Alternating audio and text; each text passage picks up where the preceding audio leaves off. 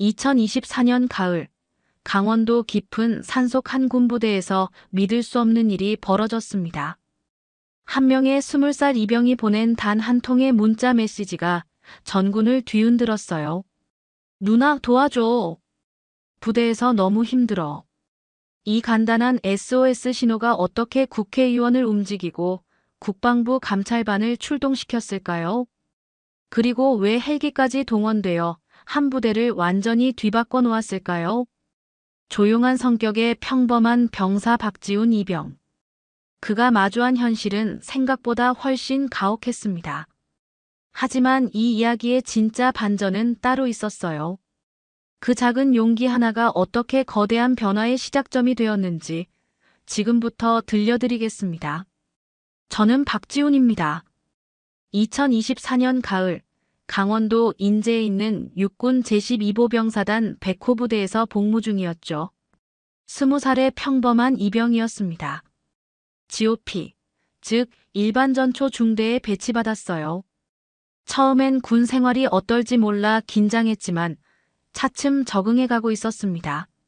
아침 기상나팔 소리에 일어나 점호를 받고 훈련하고 근무 서고 반복되는 일상이었죠. 문제는 유대성 중사였습니다. 저희 부소대장이었어요. 키도 크고 덩치도 좋은 분이었는데 성격이 정말 무서웠습니다. 병사들 앞에서는 항상 고함을 질러댔죠. 야, 이것들아! 이게 청소가 되나? 점호 때마다 누군가는 맞았습니다. 귀싸대기는 기본이었어요. 가끔 발길질도 날아왔죠. 저도 예외는 아니었습니다. 어느 날 저녁 점호 때였어요. 화장실 청소가 마음에 안 든다며 유대성 중사가 제 귀를 때렸습니다. 박지훈, 이게 청소냐? 뺨이 화끈거렸어요. 하지만 참을 수밖에 없었습니다. 죄송합니다. 그렇게 대답할 수밖에 없었죠. 식사 시간엔 더 힘들었습니다. 트집을 잡아 식판을 엎어버리기도 했어요. 먹을 자격이 있나?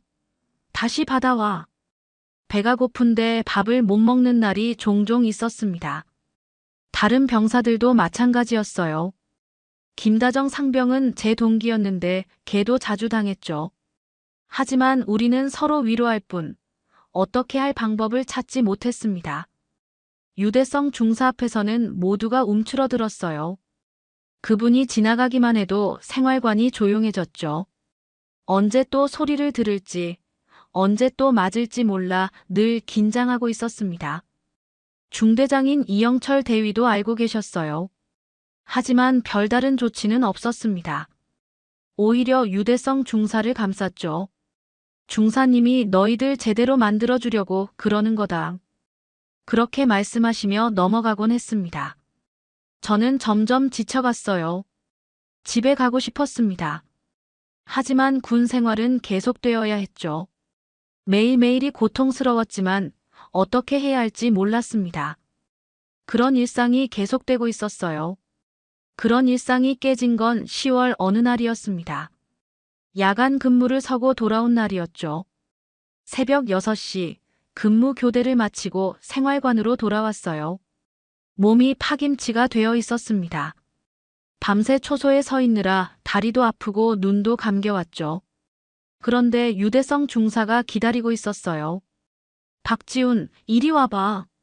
심장이 쿵 내려앉았습니다. 뭔가 잘못됐구나 싶었어요. 중사님, 왜 부르십니까? 야간 근무 때 졸았지? 전혀 그런 적 없었는데 말이에요. 오히려 더 집중해서 근무를 섰거든요. 아닙니다, 중사님. 거짓말 하지 마. 내가 다 봤어. 유대성 중사의 목소리가 점점 커졌습니다. 다른 병사들이 쳐다보기 시작했어요. 정말 졸지 않았습니다. 그때였어요. 갑자기 발길질이 날아왔습니다. 이 새끼가 끝까지 거짓말을 하네. 정강이를 찼어요. 너무 아파서 비틀거렸습니다. 앞으로 나와. 복도로 끌려나갔죠. 다른 병사들이 보는 앞에서 또 발로 찼습니다. 군기가 빠져도 이렇게 빠질 수가 있나? 몸이 벽에 부딪혔어요. 어깨가 아팠지만 참았습니다. 죄송합니다. 그렇게 말할 수밖에 없었어요. 점심때까지도 화가 풀리지 않았나 봅니다. 식사 중에도 계속 째려봤어요. 야, 박지훈. 밥 먹을 자격이 있나? 결국 그날도 제대로 먹지 못했습니다. 오후가 되자 참을 수 없었어요. 이런 식으로 계속 당할 수는 없다고 생각했습니다. 하지만 혼자서는 어떻게 할 방법이 없었죠. 김다정 상병을 조용히 불렀어요. 다정아, 잠깐만. 왜? 휴대폰 좀 빌려줄 수 있나? 갑자기 왜? 무슨 일이야? 김다정 상병도 제가 맞는 걸 봤거든요. 걱정스러운 표정을 지었습니다. 집에 연락 좀 해야 해. 혹시 유중사 때문에? 고개를 끄덕였어요. 김다정 상병이 조용히 휴대폰을 건네줬습니다. 조심해. 들키면 안 돼. 화장실로 가서 누나에게 문자를 보냈어요. 손이 떨렸습니다. 누나 도와줘. 부대에서 너무 힘들어. 계속 맞고 있어. 어떻게 해야 할지 모르겠어. 문자를 보내고 나니 조금 후련했지만 동시에 무서웠습니다. 과연 뭔가 달라질까 하는 생각도 들었어요. 누나에게서 답장이 왔어요. 지훈아, 괜찮아. 외삼촌한테 바로 연락할게. 조금만 참아. 외삼촌은 박선규 의원이었습니다. 국회의원이시죠. 하지만 정말 도움이 될지는 확신할 수 없었어요. 그날 밤도 잠을 잘 수 없었습니다. 과연 뭔가 바뀔까 하는 기대와 불안이 교차했죠. 문자를 보낸 지 이틀이 지났습니다. 아무 일도 일어나지 않아서 포기하려던 참이었어요. 그런데 그날 오전 갑자기 부대가 뒤집어졌습니다. 모든 간부 집합. 당장. 확성기에서 급한 목소리가 나왔어요. 뭔가 큰일이 난 것 같았습니다. 생활관 창문으로 내다보니 검은색 승용차 여러 대가 들어오고 있었어요. 번호판도 특이했죠. 정부 차량 같았습니다. 야, 저거 뭐야? 김다정 상병이 물었어요. 모르겠어.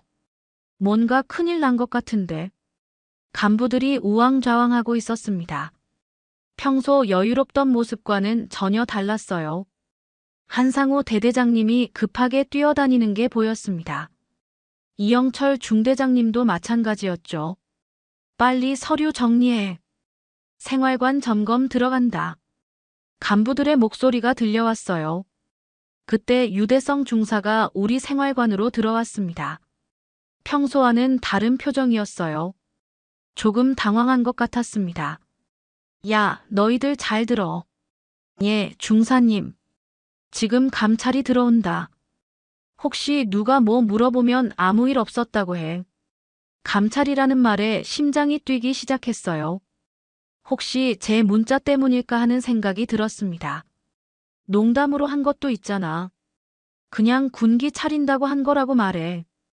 유대성 중사의 목소리에 떨림이 있었어요. 평소 당당하던 모습과는 달랐습니다. 알겠나? 알겠습니다.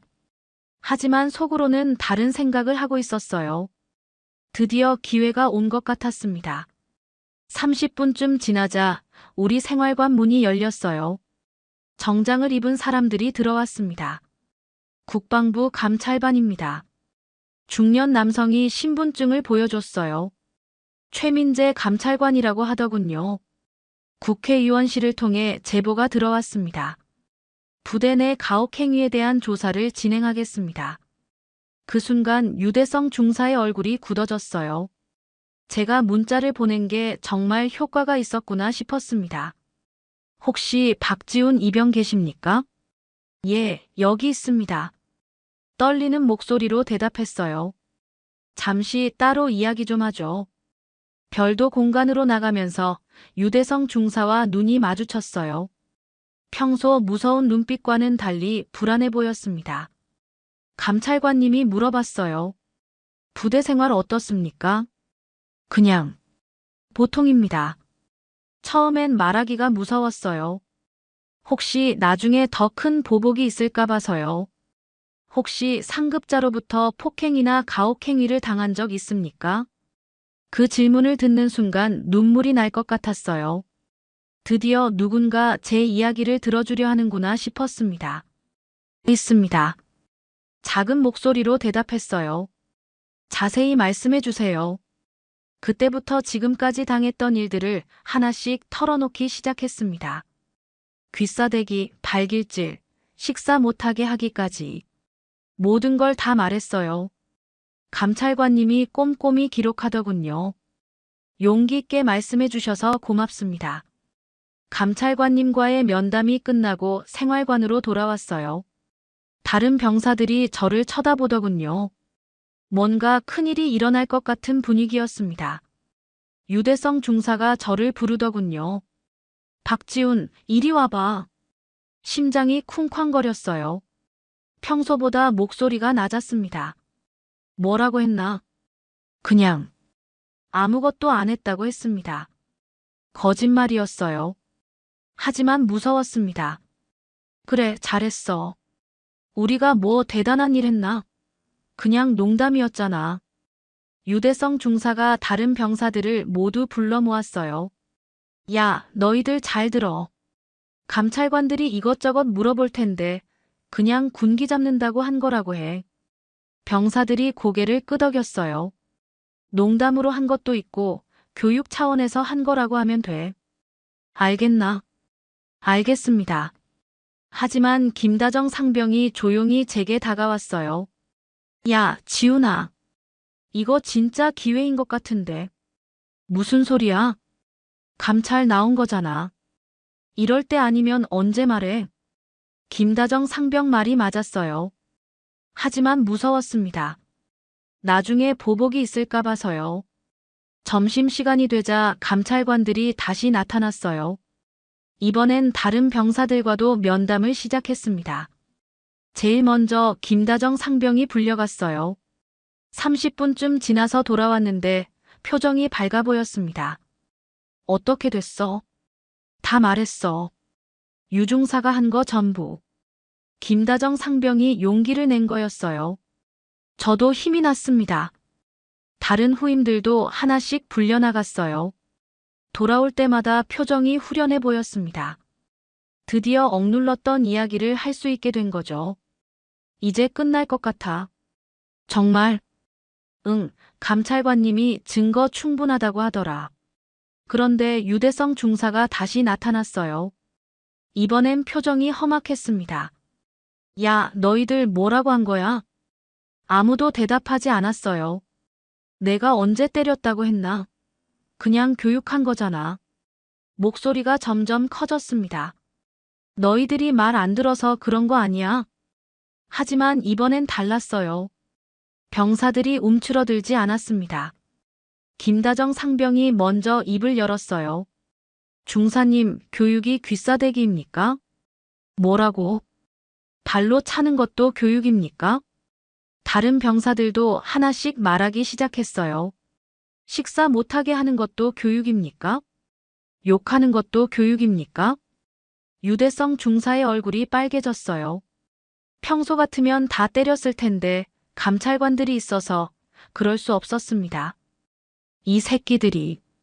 그때 최민재 감찰관님이 나타났어요. 무슨 일입니까? 아, 아무것도 아닙니다. 유대성 중사가 급히 자세를 고쳤어요. 귀하가 유대성 중사님이시죠? 예, 그렇습니다. 병사들 귀를 때리셨다던데요. 그런 적 없습니다.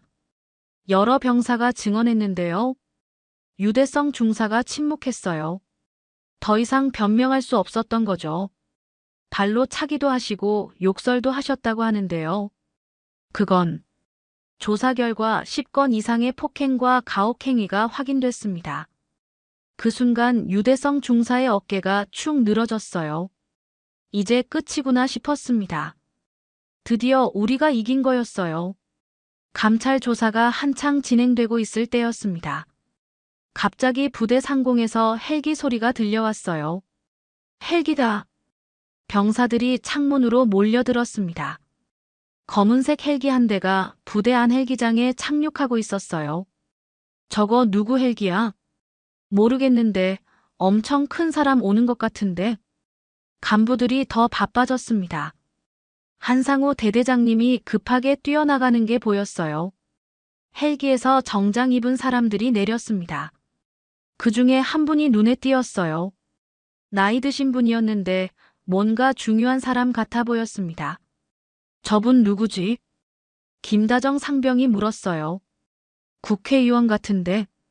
다른 병사가 대답했습니다. 그분이 대대장님과 악수하며 이야기하는 게 보였어요. 대대장님이 90도로 인사하더군요. 30분쯤 지나자 우리 생활관으로 사람들이 들어왔습니다. 최민재 감찰관님과 함께 그 정장 입은 분도 계셨어요. 병사들, 집합, 모든 병사가 일렬로 섰습니다. 그분이 말씀하시더군요. 안녕하십니까? 국방위원회 소속 박선규 의원입니다. 순간 머리가 하얘졌어요. 외삼촌이 직접 오신 거였습니다. 이 부대에 제 조카가 복무 중입니다. 간부들의 얼굴이 굳어졌어요. 특히 이영철 중대장님은 식은땀을 흘리고 계셨습니다. 조카 이름은 박지훈 이병입니다.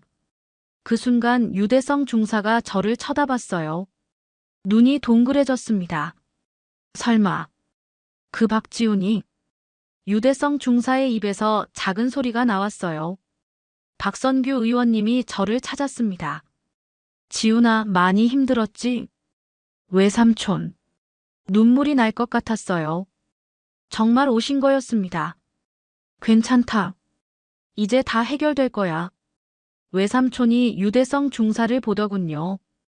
귀하가 부소대장이신가요? 예. 그렇습니다. 유대성 중사의 목소리가 떨렸어요. 평소 큰 소리 치던 모습과는 완전히 달랐습니다. 제 조카를 많이 돌봐주셨나요? 그렇습니다. 하지만 거짓말이었죠. 돌봐준 게 아니라 괴롭힌 거였으니까요. 감찰 결과를 보니 그게 아닌 것 같은데요. 최민재 감찰관님이 서류를 보여줬습니다. 10건 이상의 폭행과 가혹행위가 확인됐습니다. 귀싸대기, 발길질, 욕설, 식사 제한까지. 외삼촌의 표정이 점점 심각해졌어요. 이게 사실입니까? 유대성 중사가 대답하지 못했습니다. 대답하세요. 그건 교육 차원에서. 교육이 이런 겁니까? 외삼촌의 목소리에 힘이 들어갔어요. 대한민국 국군은 이런 식으로 교육하는 겁니까? 한상우 대대장님이 나서서 말씀드렸습니다. 의원님, 죄송합니다. 저희가 관리를 제대로 못했습니다. 관리의 문제가 아닙니다. 이건 범죄예요. 이영철 중대장님도 고개를 숙였어요. 앞으로 이런 일이 재발하지 않도록 하겠습니다. 하지만 외삼촌은 만족하지 않으셨어요. 재발 방지가 아니라 처벌이 먼저입니다. 유대성 중사를 다시 보더군요. 귀하는 즉시 보직에서 해임되고 군 검찰에 송치될 예정입니다. 그 말을 듣는 순간 유대성 중사가 무너져 내렸어요. 정말 끝이구나 싶었습니다. 제 조카 한 명의 문제가 아닙니다. 이 부대 전체의 문제예요. 외삼촌이 모든 간부들을 보며 말씀하셨어요. 드디어 정의가 실현되는 순간이었습니다. 외삼촌이 떠나신 후 부대 분위기가 완전히 바뀌었습니다. 유대성 중사는 대기실에 혼자 앉아 있었어요. 고개를 푹 숙인 채로요. 평소 당당하던 모습은 온데간데 없었습니다. 어깨도 축 늘어져 있었죠. 가끔 한숨 소리가 들려왔어요. 이제 정말 끝난 건가? 김다정 상병이 조용히 물었습니다. 그런 것 같아. 저도 확신하지는 못했어요. 하지만 뭔가 큰 변화가 일어나고 있다는 건 느낄 수 있었습니다. 오후에 한상우 대대장님이 중대로 오셨어요. 표정이 매우 심각했습니다. 모든 간부 집합, 이영철 중대장님을 비롯해 모든 간부들이 모였어요. 대대장님의 목소리가 생활관까지 들려왔습니다. 이게 뭐 하는 짓이야? 고함 소리였어요.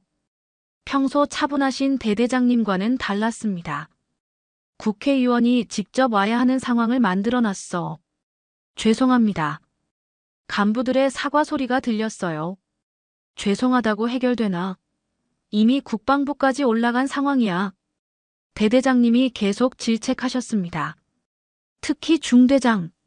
당신이 뭘 했어? 대대장님, 저는 모르고 있었다고. 그게 변명이 돼. 이영철 중대장님이 제대로 대답하지 못했어요. 부하가 병사들 때리는 걸 모르고 있었다는 게 말이 돼. 죄송합니다. 알고도 묵인한 거 아니야? 전곡을 찌르는 말이었어요. 실제로 중대장님은 알고 계셨거든요. 감찰관님이 다시 나타났습니다.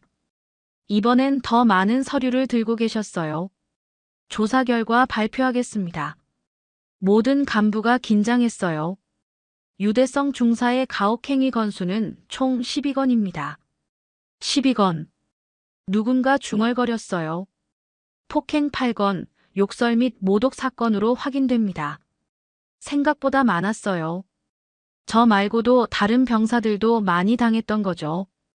또한 이영철 중대장의 은폐 및 묵인도 확인됐습니다. 중대장님의 얼굴이 하얘졌어요. 허위 보고서 작성과 감찰 방해 시도도 포함됩니다. 그건 아닙니다.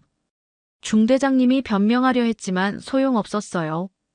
증거가 다 있습니다. 감찰관님이 서류를 보여줬어요. 박선규 의원실 보좌관도 함께 있었습니다. 이주연 비서관님이었어요. 해당 중사는 조치 전까지 즉시 보직 해제하시죠. 알겠습니다. 대대장님이 고개를 끄덕였어요. 중대장님도 마찬가지입니다. 예. 이영철 중대장님도 결국 보직에서 물러나게 됐어요. 유대성 중사가 짐을 싸고 있었습니다. 평소 큰 소리치며 위세를 부리던 모습과는 너무 달랐어요. 이제 정말 끝이구나. 다른 병사들도 그렇게 생각하는 것 같았어요. 유대성 중사가 생활관을 나가면서 저를 쳐다봤습니다. 원망스러운 눈빛이었지만 더 이상 무섭지 않았어요. 앞으로 이런 일이 없도록 전 간부 교육을 실시하겠습니다. 대대장님이 발표했어요. 병영문화 혁신과 인권 교육을 강화하겠습니다. 드디어 변화가 시작되는 것 같았어요. 하지만 아직 끝난 게 아니었습니다. 유대성 중사는 군 검찰에 송치될 예정이었고 정식 재판을 받게 될 거였어요. 지훈아, 이제 괜찮을 거야. 김다정 상병이 말했어요. 그런 것 같아. 정말 오랜만에 마음이 편해졌습니다. 일주일 후 부대에 공식 발표가 있었습니다. 한상호 대대장님이 직접 나와서 말씀하셨어요. 유대성 중사는 보직 해임 및 군 검찰 송치 조치됐습니다. 드디어 공식적으로 처벌이 내려진 거였어요. 병사들 사이에서 안도의 한숨이 나왔습니다. 이영철 중대장은 견책 처분과 함께 교육 조치를 받게 됩니다. 중대장님도 결국 책임을 지게 된 거죠. 묵인하고 은폐한 대가였습니다. 앞으로 우리 부대는 완전히 달라질 것입니다. 대대장님의 목소리에 진정성이 느껴졌어요. 전 간부를 대상으로 병영문화 인권 교육을 실시하겠습니다. 박수 소리가 터져 나왔습니다. 병사들이 모두 기뻐하고 있었어요. 그날 오후 외삼촌에게서 전화가 왔습니다. 지훈아, 괜찮지? 예, 외삼촌. 이제 많이 좋아졌습니다. 다행이다. 힘들었을 텐데 잘 참았어. 외삼촌 덕분입니다. 아니야, 내가 용기를 낸 거야. 외삼촌이 말씀하셨어요. 이틀 후 서울에서 기자회견이 열렸습니다. 뉴스에서 봤어요. 외삼촌이 기자들 앞에서 말씀하고 계셨습니다. 대한민국 병사 한 명의 인권이 지켜질 때 국방도 완성되는 겁니다. 외삼촌의 목소리가 힘있게 들렸어요. 군대라고 해서 폭력이 용납될 수는 없습니다. 기자들이 질문했어요. 앞으로 어떤 대책을 세우실 건가요? 국방부와 협력해서 전군 차원의 점검을 실시하겠습니다. 병역 문화 개선을 위한 법안도 준비 중입니다. 정말 큰 변화가 일어나고 있었어요. 부대에서도 변화가 시작됐습니다. 새로운 부소대장님이 오셨어요. 김태호 중사님이었습니다. 앞으로 우리는 서로 존중하며 지내겠습니다. 첫 만남에서 하신 말씀이었어요. 누구든 힘든 일 있으면 언제든 말하세요. 정말 다른 분이었습니다. 목소리도 부드럽고 표정도 온화했어요. 때리거나 욕하는 일은 절대 없을 겁니다. 그 말을 듣는 순간 정말 안심이 됐어요. 새로운 중대장님도 오셨습니다. 박민수 중대장님이었어요. 병사 여러분의 인권을 최우선으로 생각하겠습니다. 불합리한 일이 있으면 즉시 신고하세요. 정말 완전히 달라진 거였어요. 인권 교육도 시작됐습니다. 외부 강사가 와서 교육했어요. 군대에서도 기본적인 인권은 지켜져야 합니다. 폭력은 어떤 이유로도 정당화될 수 없어요. 간부들도 함께 교육을 받았습니다. 모두 진지하게 듣고 있었어요. 유대성 중사의 재판 소식도 들렸습니다. 군 검찰에서 기소됐다고 했어요. 징역 6개월에 집행유예 2년 구형됐다더라. 김다정 상병이 알려줬어요. 정말? 응. 그리고 전역 후에도 관련 기록이 남는데 제대로 처벌받는 거였어요. 며칠 후 외삼촌이 다시 부대에 오셨습니다. 이번엔 감찰이 아니라 격려 방문이었어요. 많이 좋아졌지? 예, 정말 좋아졌습니다. 다행이다. 이제 제대로 된 군 생활할 수 있겠어. 외삼촌, 정말 감사합니다. 고마워할 것 없어. 당연한 일이야. 외삼촌이 다른 병사들과도 이야기하셨어요. 앞으로 이런 일 없을 거예요. 혹시 또 문제 생기면 언제든 연락하세요. 정말 든든했습니다. 그날 밤 김다정 상병과 이야기했어요. 진짜 끝난 것 같아. 응. 이제 진짜 평범한 군 생활할 수 있을 것 같아. 드디어 정의가 실현된 거였습니다. 몇 주가 지났습니다. 부대 분위기는 완전히 달라져 있었어요. 아침 기상나팔이 울렸습니다. 예전 같으면 유대성 중사의 고함 소리가 들렸을 텐데 이제는 조용했어요. 기상, 점호 준비. 김태호 중사님의 목소리는 부드러웠습니다. 명령조가 아니라 알림 정도였죠. 생활관에서 후임들과 농담을 나누며 점호 준비를 했어요. 예전엔 상상도 못했던 일이었습니다. 정말 많은 것이 바뀌었어요. 인권 교육은 정례화됐고 간부들의 태도도 완전히 달랐습니다. 점호 시간이 됐습니다. 모든 병사가 일렬로 섰어요. 김태호 중사님이 나오셨습니다. 오늘 하루도 수고하겠습니다. 수고하겠습니다. 예전처럼 무서운 분위기가 아니었어요. 서로 인사하는 느낌이었습니다. 혹시 불편한 일 있는 사람? 중사님이 물어보셨어요. 없습니다. 좋습니다. 그럼 오늘도 안전하게 보내자. 이런 점호는 처음이었어요. 서로를 배려하는 마음이 느껴졌습니다. 식사 시간도 완전히 달랐어요.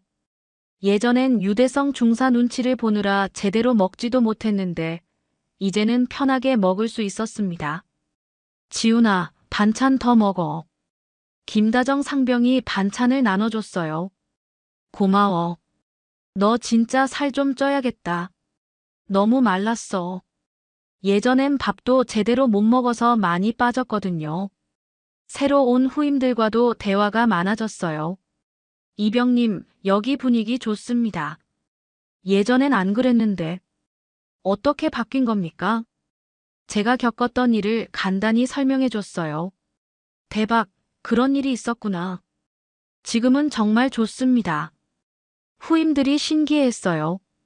오후 교육 시간이 됐습니다. 이번엔 부대장님이 직접 오셨어요. 병사 여러분, 그동안 많은 변화가 있었습니다. 한상우 대대장님의 목소리였어요. 앞으로도 계속 개선해 나가겠습니다. 여러분의 목소리를 듣겠습니다. 정말 달라진 모습이었어요. 혹시 건의사항 있는 사람? 몇 명이 손을 들었어요. 예전 같으면 상상도 못할 일이었습니다. 생활관 시설 개선 좀 해주십시오.